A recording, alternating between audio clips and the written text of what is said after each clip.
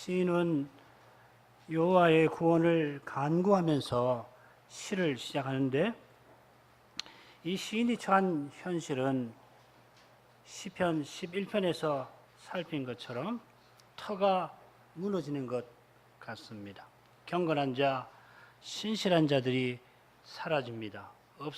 없어집니다. 거짓, 아첨, 자랑이 가득합니다. 시인이 말씀에서 소망을 봅니다. 소망 가운데 여호와의 지키심과 보호를 확신하는 대로 그가 나아갑니다. 자, 이것이 우리가 지금까지 줄곧 살폈던 시들에서 다루는 주제일 것입니다. 9편부터 또 마찬가지고 앞에 3편부터 또 7편까지, 8편은 조금 다르지만 8편에도 그런 주제가 있었죠. 시인이 여호와의 보호를 확신합니다마는 비루함이 인생 중에 높임 받는 가운데 악인이 처처해서 사방에서 횡행하는 그런 비참한 현실 앞에서 시인의 괴로운 심경이 시의 마지막을 물들입니다.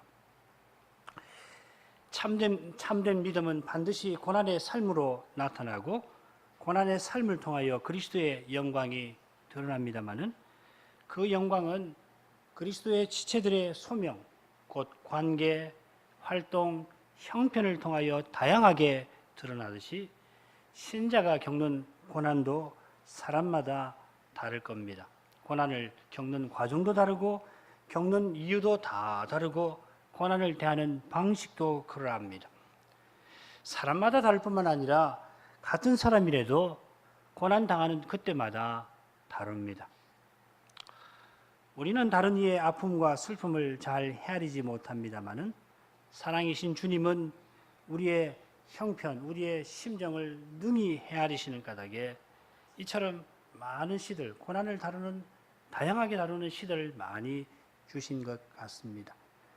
하나님이 주신 이 시들을 통하여 먼저 하나님을 향하여 우리의 심정을 바르게 표현할 수 있게 하시고, 하나님의 말씀으로 주신 이 시를 통하여 다른 이의 아픔과 슬픔을 바르게 헤아릴 수 있게 하십니다.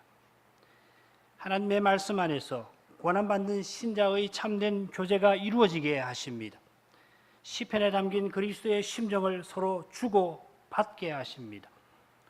우리가 거울로 보는 것처럼 그리스도의 영광을 희미하게 보는 까닭에 우리 안에 그리스도의 심정도 옅어서 때로는 슬픔을 더는 것이 아니라 더하는 일도 많을 것입니다만은, 그러나 십자가에서 친히 나타내신 주님의 사랑이 우리를 참으로 사랑하려는 심정으로 더욱 이끄십니다.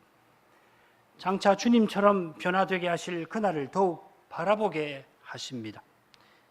영원한 날을 바라보는 우리의 눈에는 지금 눈물이 흐를 것이고 흘러야 합니다마는 우리의 눈물에는 소망의 영광이 빛납니다.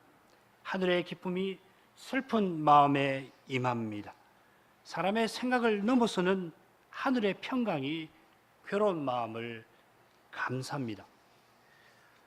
이제 시편 12편을 살필 텐데 네 부분으로 살펴보려고 합니다. 1절, 경건한 자와 충실한 자가 사라지는 현실에서 여호와의 도우심을 구하고 있습니다. 2절부터 4절까지는 거짓과 아첨과 자랑이 가득한 그 현실, 그리고 그 현실 사이에서 시인의 간절한 소망이 표현됩니다. 5절, 6절에는 여호와의 말씀이 갑자기 들립니다. 그러자 시인의 마음이 여호와의 말씀으로 향하게 됩니다. 그러자 여호와의 지키심과 보호를 확신하는데, 8절은 다시금 시인이 맞닥뜨리고 있는 현실에 대한 그 심경이 잔잔하게 표현이 됩니다. 비루함이 인생 중에 높임 받는 그때 악인이 처처에 횡행하는도다. 과연 어떤 심정일까요? 강설 들으시면서 어떤 심경으로 이런 마음을 표시하는가 헤아려 보시면 좋겠습니다. 말씀드린 대로 시인은 믿음이 사라지는 현실에서, 참된 믿음을 가진 사람을 찾아보기 어려운 현실에서 여호와의 구원을 간절히 구하며 시를 시작합니다. 이게 첫째 연입니다. 참된 믿음을 찾아보기 어려운 이 현실은 거짓, 아첨, 자랑이 가득합니다. 이게 둘째 연의 주제인데, 이 둘째 연을 보시면은 2절과 4절에 시인의 마음을 괴롭게 하는 현실이 생생하게 그려져 있고, 그 중간에 시인의 간절한 애절한 소원이 나옵니다. 여호와께서 모든 아첨하는 입술과 자랑하는 혀를 끊어주셨으면, 제발 끊어버려 주셨으면. 시인의 소원이 암담한 현실에 포위되어 있습니다. 둘러싸고 있는 현실은 그의 소원을 압도하는 것 같습니다. 그의 소원이 들리지 않을 만큼 거짓말로 아첨하는 사람들의 소리가 세상을 채웁니다. 우리의 혀로 이길 것이라. 누가 우리를 주관하랴. 그런데 저 높은 하늘에서 여호와의 말씀이 울립니다. 들립니다. 그 말씀이 갑자기 시인의 귀에 들립니다만, 마음에 울립니다만, 실은 그 말씀은 항상 울리고 있습니다. 날이 날에게 말하고 밤이 밤에게 전하듯이 하나님의 말씀은 언제나 들립니다. 다만 인생의 둔한 마음이 듣질 못할 뿐입니다. 하나님은 가련한 자, 궁핍한 자를 내가 구원하리라 약속하십니다. 그 말씀이 들리니까 시인의 마음이 여호와의 순결한 말씀으로 향합니다. 말씀이 단 고백을 터뜨립니다.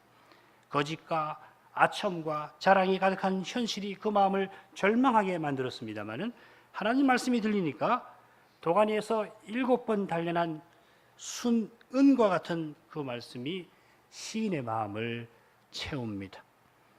이제 시인은 확신의 심정으로 나아갑니다. 절절히 간구하던, 절절한 간구를 토해내던 그의 입술이 여호와의 영원한 보호를 확신하며 고백합니다. 하나님 말씀을 향하니까 확신이 생깁니다. 믿음은 오직 들음으로 말미암고, 들음은 하나님의 말씀으로 말미암습니다. 믿음은 선물로 주시는 겁니다. 내가 믿습니다마는 내가 믿을 능력이 조금이라도 있어서가 아닙니다. 믿음은 바랄 수 없는 중에 바라는 것입니다. 우리 청소년, 청년 여러분 꼭 기억하십시오. 수요일 날 믿음은 확률 따지는 거 아니라고 그랬지요. 믿음은 확률 0%에서도 바라는 거예요. 신기한 겁니다. 허풍 아닙니다. 하나님은 사람 눈에 확률 제로라고 하더라도 바라게 하시고 얻게 하십니다. 현실은 영원한 보호를 말할 수 없을 만큼 매 시간 불안합니다. 바로 앞에 보면 아첨하는 사람들, 거짓하는 사람들이 세력을 규합해가지고 내 세상이다 소리가 쩡쩡하잖아요. 그런데 불안해하는 내 마음이 이상하게 요동하지를 않습니다. 주님이 그 견고한 손으로 나를 붙드시는 까닭입니다. 시인은 그러나 하나님의 영원한 보호를 확신하는 데서 시를 마치지를 못합니다. 참된 믿음은 고난의 현실을 일부러 잊어버리고 저 복된 장래를 바라보는 것 아닙니다. 저 복된 장래를 바라보는 소망 가운데서 잠시도 보기 싫은 현실을 참된 믿음은 마주합니다. 대면합니다.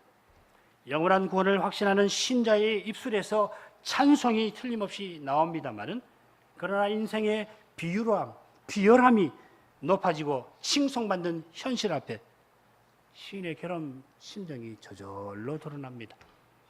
참된 믿음은 초연한 득도의 상태가 아닙니다. 참된 믿음 가지면은 세속하고는 이제 결별하고 도사같이 구름에 둥둥 떠다니면서 세속은 어떻게 되는지 너희는 그렇게 살아, 나는 상관없어. 그거 아닙니다. 두려워하며 사망의 골짜기를 걸어가는 것이 참된 믿음입니다.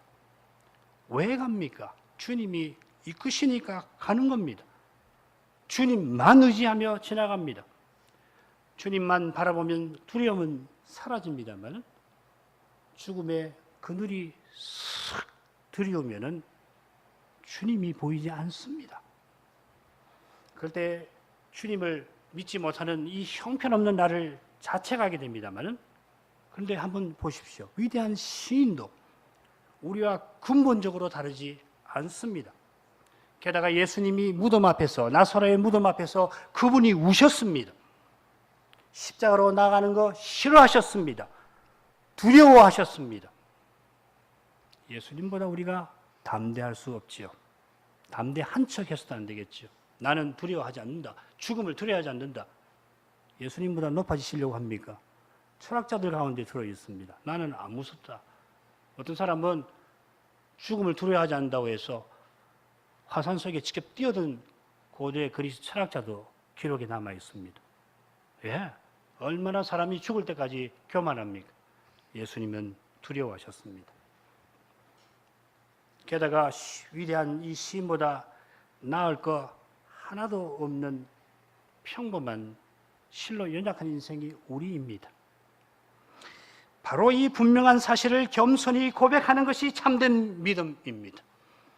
내가 무엇을 할 수 있으리라는 생각을 버릴수록 믿음은 더욱 견고해집니다.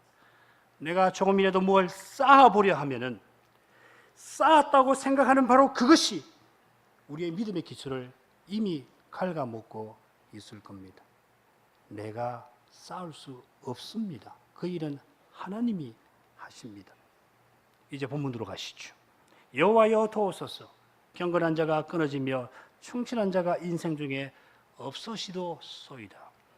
여호와 성호가 이 시에 5회 5번 나오는데 각 연에 4개에 있는 연에 다 나옵니다. 한글 개역 성경과는 달리 도우소서 여호와여 이렇게 되어 있습니다. 여호와여 도우소서 하지 않고 도우소서 여호와여 이렇게 표현한 데서 시인의 심정을 조금 헤아릴 수 있을 것 같습니다.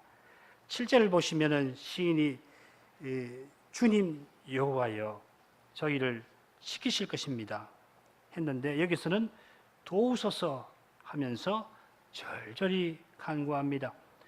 그의 절절한 심정은 이 도우소서라고 하는 표현에 생생하게 담겨 있습니다. 도우소서라고 번역됐지만은 원래 이 표현은 구원하소서, 건지소서 하는 뜻입니다. 우리말에 돕는다, 돕다라고 하는 표현이 구원한다는 뜻도 물론 있습니다만은 우리가 흔히는 거들다, 힘을 좀 보탠다 이런 뜻이 강합니다. 그러나 지금 시인이 바라는 도움은 힘없는 사람이 바라는, 아무 도울 사람 없는 그런 사람이 바라는 도움, 아무 힘없는 사람이 구하는 도움, 도울 리 전혀 없는 처지에서 바라는 그런 도움입니다. 하나님만 주실 수 있는 도움, 곧 하나님의 구원입니다. 그런데 겨우 여러분, 우리 영혼의 구원만 아니라 우리의 일상을 유지하는 데 필요한 모든 것도 실은 하나님이 주시는 것임을 잊지 마십시다. 이 사실은 구원받은 사람이라면, 하나님의 은혜를 깨닫는 사람이라면 누구든지 고백하는 것입니다. 이 사실을 깨닫는 사람이 하나님의 구원을 간절히 바랍니다. 어느 철학자는 이런 심정을 가리켜서 노예 근성이라고 손가락질합니다만은 그가 손가락질을 할 수 있었던 그 힘도, 그 영민했던 지성도 하나님이 그에게 주신 것입니다. 내 것이 하나도 없습니다. 하나님이 내 것이라고 주장하시지 못할 것이 하나도 없습니다. 주신 적 누리고 거두신 적 그리고 사라져버립니다. 우리 생명은 그 시로 끝나버립니다. 이보다 확실한 일이 없습니다만은 그러나 죄인은 하나님이 주신 것을 자기 것이라고 착각합니다. 신자도 스스로는 이런 착각에서 벗어나질 못합니다. 이 거대한 착각에서 자기 영광을 추구하는 일이 생기는 것입니다. 그런 까닭에 쌓아보려고 하는 것입니다. 오직 하나님이 쌓으십니다. 그분이 뜨인 돌로 성전산을 세우십니다. 그 외에 뜨인 돌로 세워진 이 성전산 외에 인간이 쌓은 것은 다 무너져 버립니다. 무너져야 합니다. 그 이유가 뭡니까? 뜨인 돌로 쌓은 성전산이 온 세상을 채워야 하니까 그런 것입니다. 성전산이 온 세상을 채워야 하는 것은 하나님이 전부이시고 그 전부 안에 하나님만 계셔야 하는 까닭입니다. 하나님의 영광을 가로채는 그 어떤 시도도 실패합니다. 인간이 싸우려 하는 것은 무엇이든지 뜨인 돌이신 그리스도가 철저히 빻아서 먼지를 만들어 다 사라지게 하실 것입니다. 시인이 간절히 바라던 구원이 바로 이 사실과 꼭 붙어 있습니다. 경건한 자가 끊어지고 충실한 자가 인생 중에 없어집니다. 인생 중이라고 하는 표현을 경건한 자가 끊어진다 하는 것과 연결해서 읽을 수 있고 그 편이 나을 겁니다. 여기 인생은 시편 11편 4절에 나오는 표현입니다. 브네이 아담, 연약한 인생 사람을 가리킵니다. 타락 이후에 스스로는 들풀과 다름없는 사람입니다. 그런 인생 중에 경건한 자와 충실한 자가 사라진다 하였습니다. 이 연약한 인생 중에는 본래 경건한 자, 충실한 자, 신실한 자가 나올 수가 없는데 하나님의 은혜로 그런 사람들이 생겨났던 것입니다. 하나님이 은혜로 인생 중에 그런 사람을 만들어내셨습니다. 연약한 인생은 자기가 찬란한 보석과 강한 철, 금속인 줄로 생각하고 자기 세상을 만들려고 합니다만 뜨인돌이 그 신상을 완전히 빻아서 먼지로 돌아가게 만드시고 먼지 같은 인생 중에 자기 같은 돌들을 만들어서 영원한 성전을 세우시는 겁니다. 베드로는 느부갓네살이 보았던 그 뜨인 돌을 산도리시라고 불렀고 이 산도리신 그리스도에게로 나아가는 사람마다 역시 산돌이 되어서 영원한 성전으로 세워져 간다 교훈합니다. 이 산돌이 시인이 말하는 경건한 자고 신실한 자입니다. 하나님을 경외하고 하나님의 언약을 굳게 지키는 사람이 지금 시인 앞에서 사라져 간다, 안타까워하게 만드는 그런 사람입니다. 시인이 바라는 구원은 오실 메시아를 바라면서 언약을 굳게 지키는 이들과 함께 하나님을 섬기는 그것입니다. 하나님이 이 영원한 성전에 영원히 계시는 그것이 시인이 바라는 구원입니다. 나 혼자 하나님 믿고 살면 그만이라는 이런 생각 시인은 전혀 하지 않습니다. 우리가 바라는 소망과 전혀 상관없는 것입니다.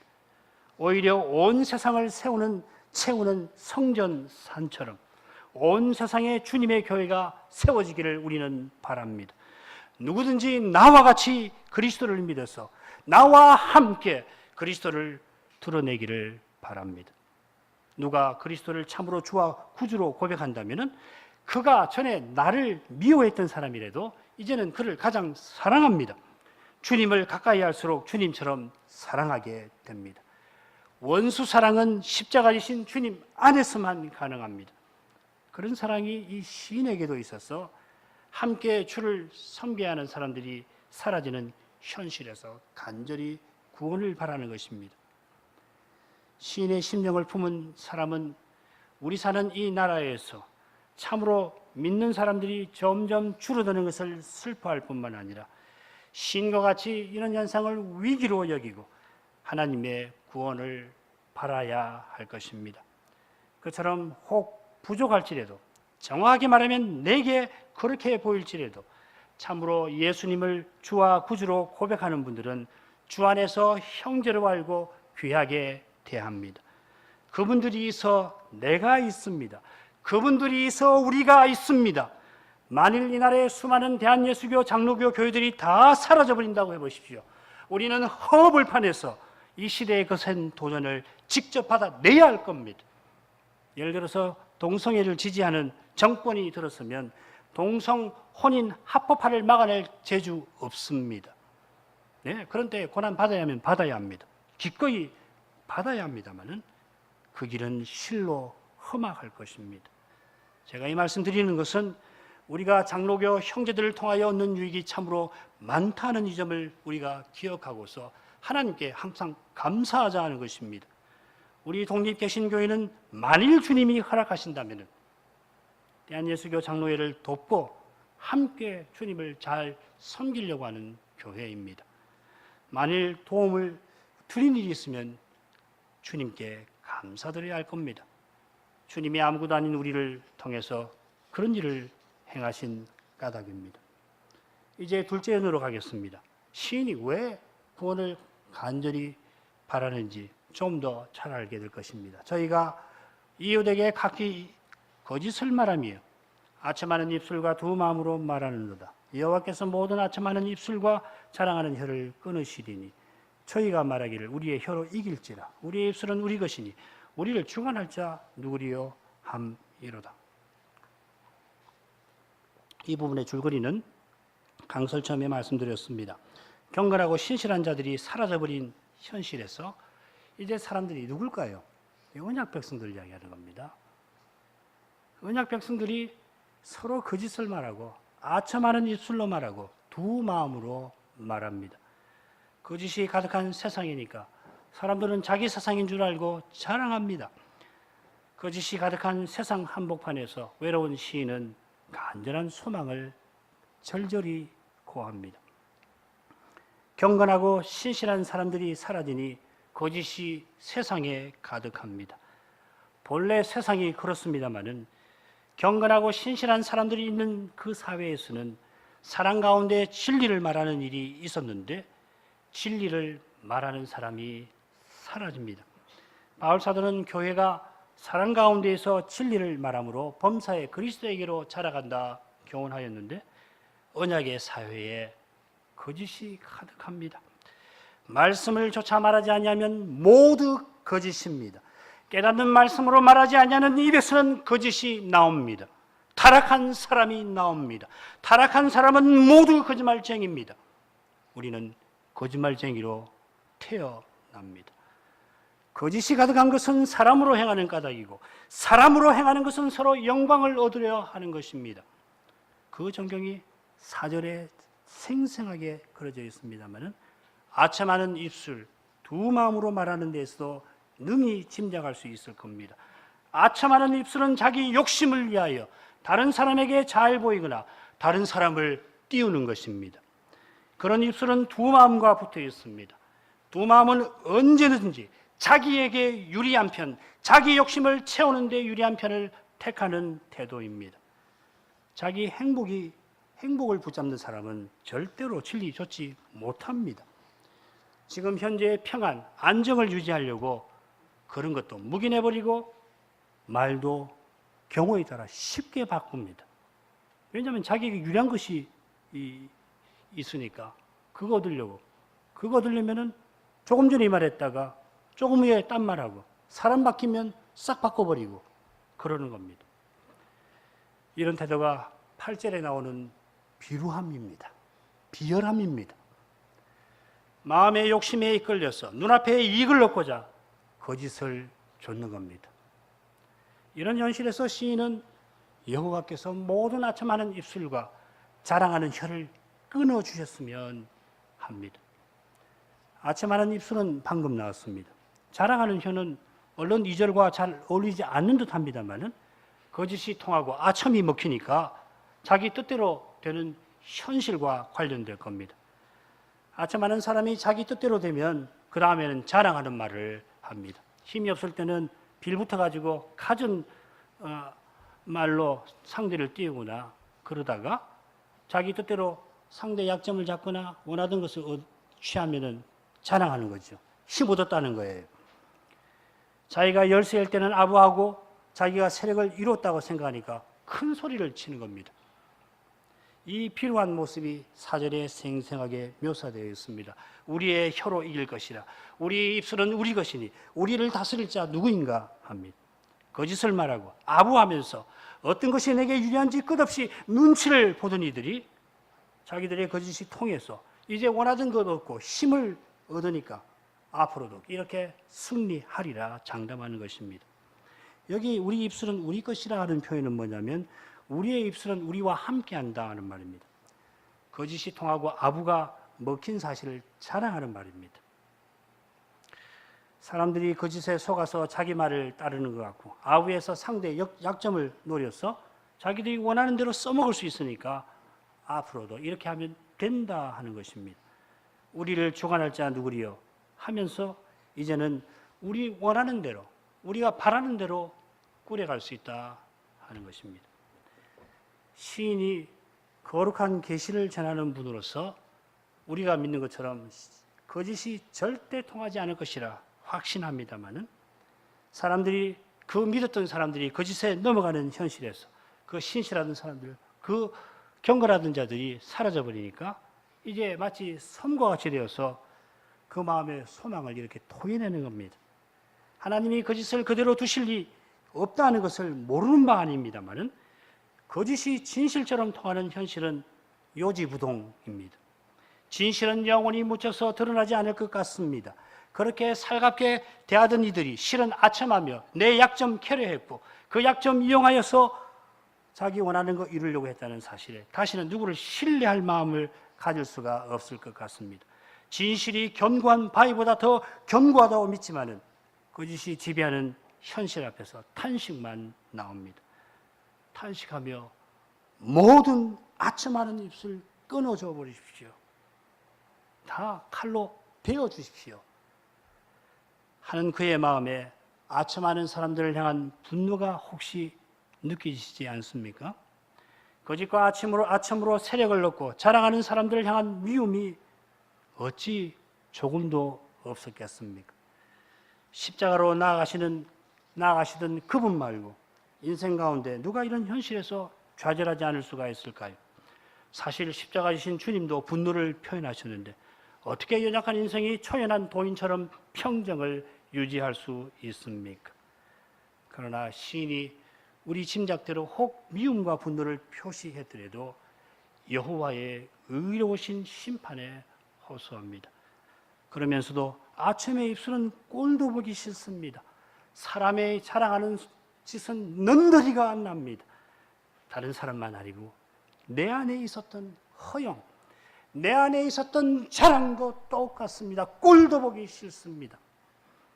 악은 어떤 모양도 용납할 수가 없게 됩니다. 신의 마음이 뒤엉킨 실타래 같습니다.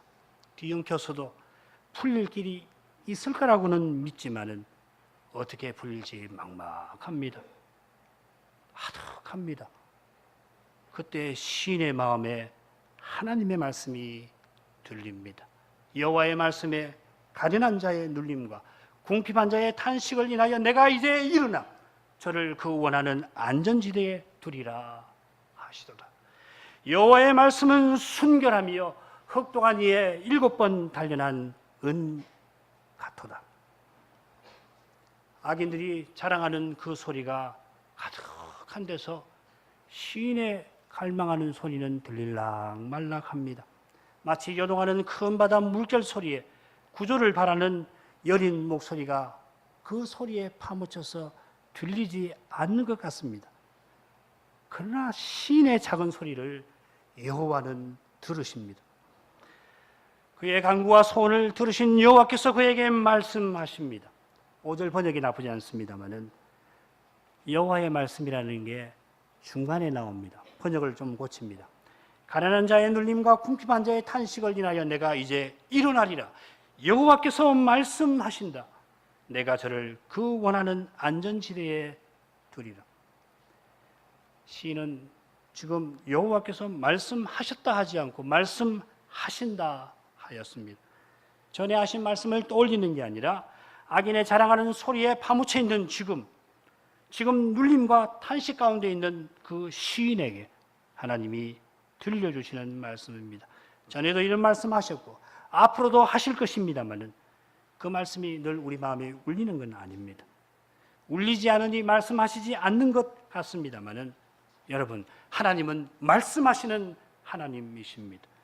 우리에게 입을 주신 그분은 늘 진리를 말씀하십니다. 말씀하신 그분은 말씀하신 대로 행하십니다. 그래서 진리가 참된 것입니다. 진리니까 참됩니다마는 하나님이 말씀하시니 진리이고 말씀대로 행하시니 진리가 참된 것입니다. 이 주제가 6절에서 좀 더 다루어질 겁니다. 하나님이 말씀하십니다마는 우리가 잘 듣지는 못합니다. 그 말씀을 듣게 하셔서 비로소 듣고 그처럼 그 말씀을 듣지 못하게 하는 어둠이 우리 안에 늘 있습니다. 이 어둠이 거쳐야 들립니다. 이 어둠을 걷는 그 일이 우리 일이 아닙니다. 그렇다면 말씀을 바라는 일도 우리에게서 나온 게 틀림없이 아닙니다.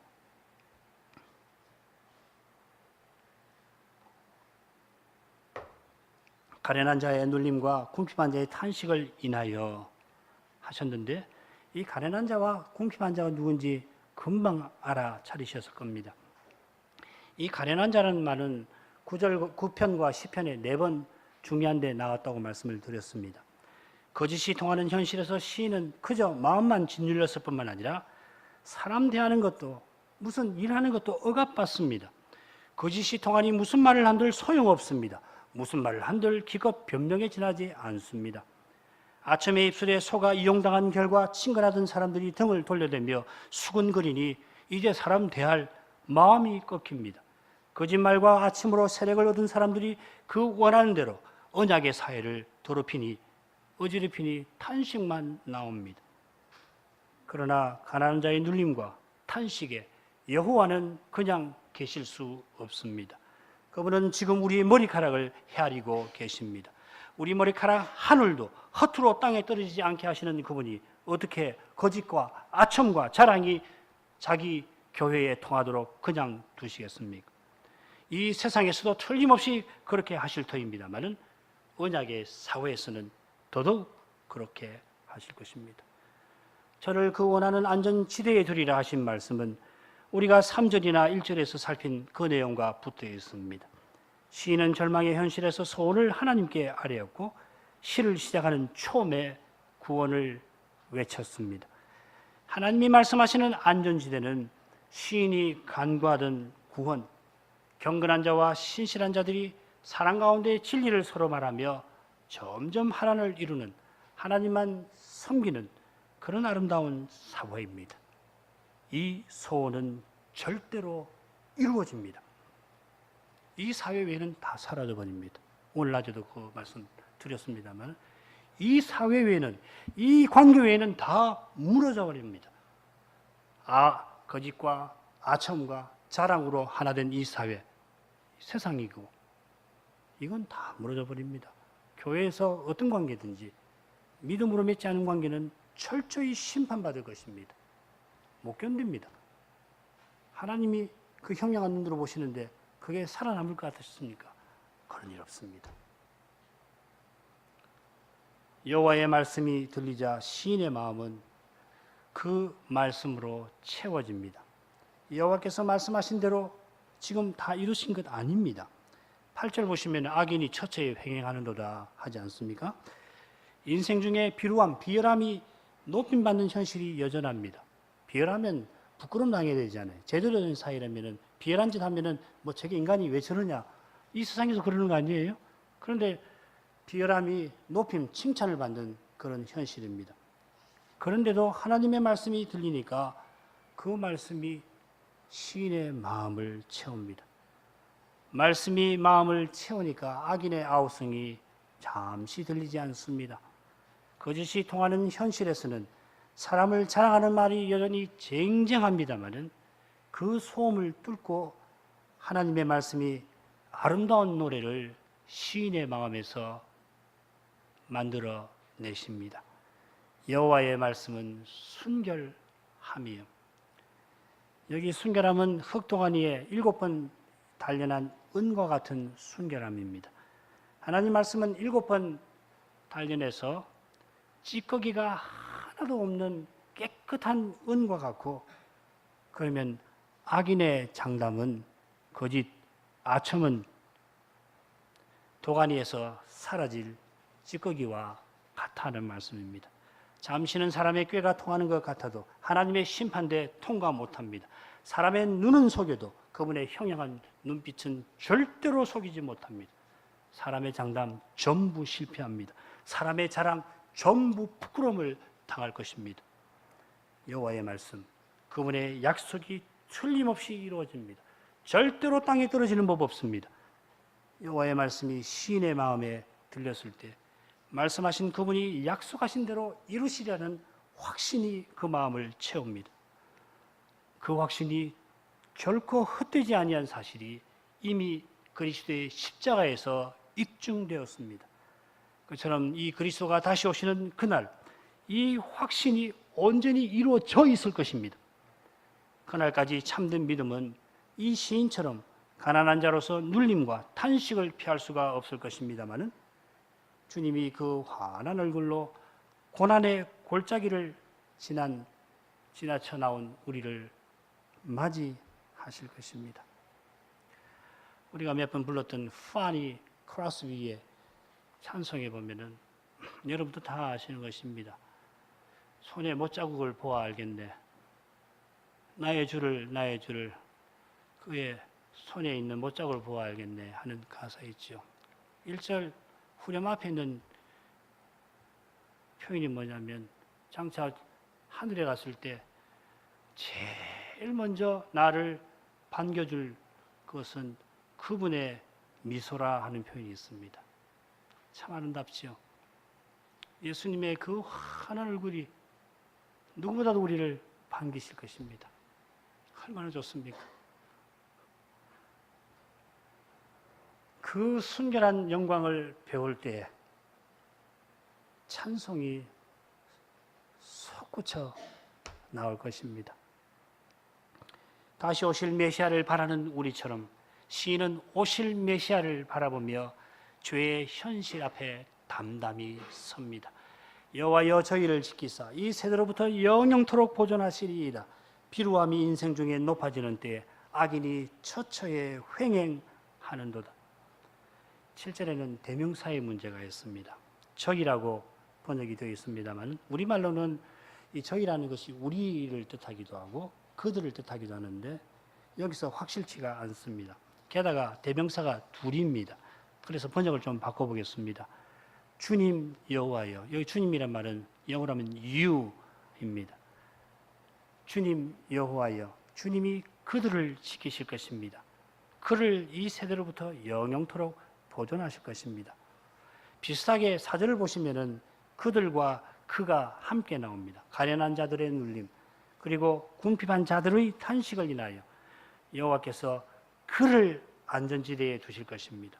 적절한 기회가 되면 많은 시편에서 그들과 그가 함께 사용되어서 시인이 중보직분을 맡은 분임을 드러내는 이 사실을 적절한 기회에 함께 생각하도록 하시겠습니다. 시인이 다윗이든지 아니든지 상관없이 선지자입니다. 선지자로서 시인이 이 시에서 나를 말할 때 우리가 그리스도의 심정으로 읽어야 할 것입니다. 그러면 어려운 부분이 이해가 될 것입니다.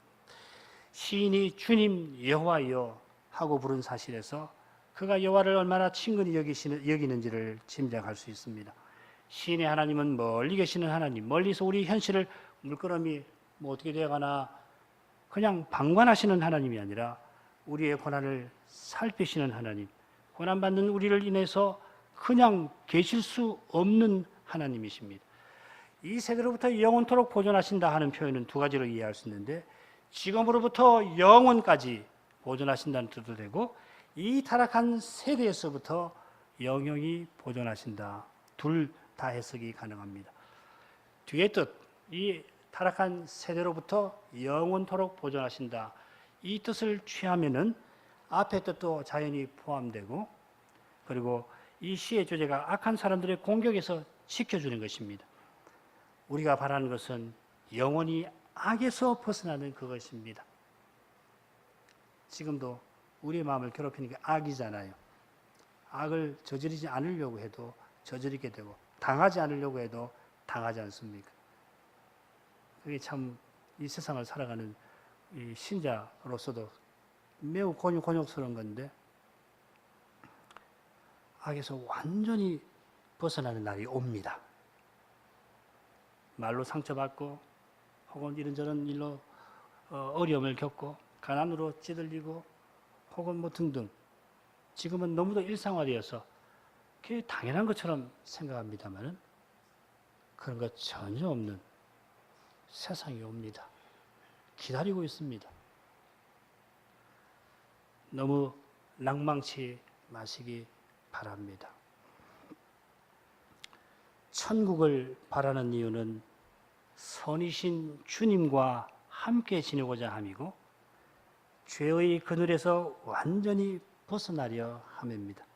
죄가 얼마나 끔찍한지 아는 사람은 죄는 그 모양도 그 그림자도 싫어합니다. 그처럼 은혜를 맛본 사람은 은혜로 가득한 천국을 소망합니다. 시인이 이런 심정으로 하나님의 영원한 보호를 말합니다. 여호와의 말씀이 마음을 채울 때에 그분의 영원한 보호를 확신하는 심정이 차오릅니다마는 은혜로 따뜻하게 만들어주신 이 심정은 다시금 죄의 현실을 마주해야 합니다. 죄의 현실을 제대로 마주하는 유일한 길이 하나님 은혜를 매번 맛보는 것입니다.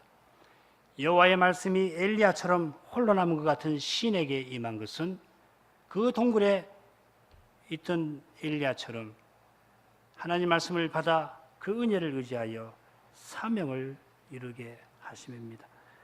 하나님의 이름을 부르는 사람들이 자기 행복을 얻으려고 거짓과 아첨을 일삼고 세력을 얻고 자기 뜻대로 행하며 자랑하는 데에서 시인은 비루함을 느낍니다. 이게 비루함이죠. 하나님 나라에서 얼마나 비루합니까? 다 세상도 아니고 교회에 와가지고서 하나님의 언약의 사회에서 사람을 자랑하고 사람의 깨와 힘을 의지하고 얼마나 비루합니까? 비루함이 부끄러움 당하지 아니하고 높임을 받으니 처처에 악인이 활개를 칩니다. 시인이 사람으로서는 잠시도 두고 볼 수 없는 현실입니다. 그러나 말씀에 사로잡힌 마음은 그 끔찍한 현실을 잠잠히 대면할 수 있습니다. 아픔과 슬픔이 마음에 찾아듭니다마는 주님 사랑을 더 구하게 됩니다. 주님의 약속을 바라며 주님만 더욱 의지합니다. 내가 이제 일어나 그 모든 아첨하는 입술과 자랑하는 혀를 끊으리라 말씀하신 대로 이루실 그날만을 기다립니다. 그러고서 겸손히 나의 입술과 나의 혀를 살핍니다.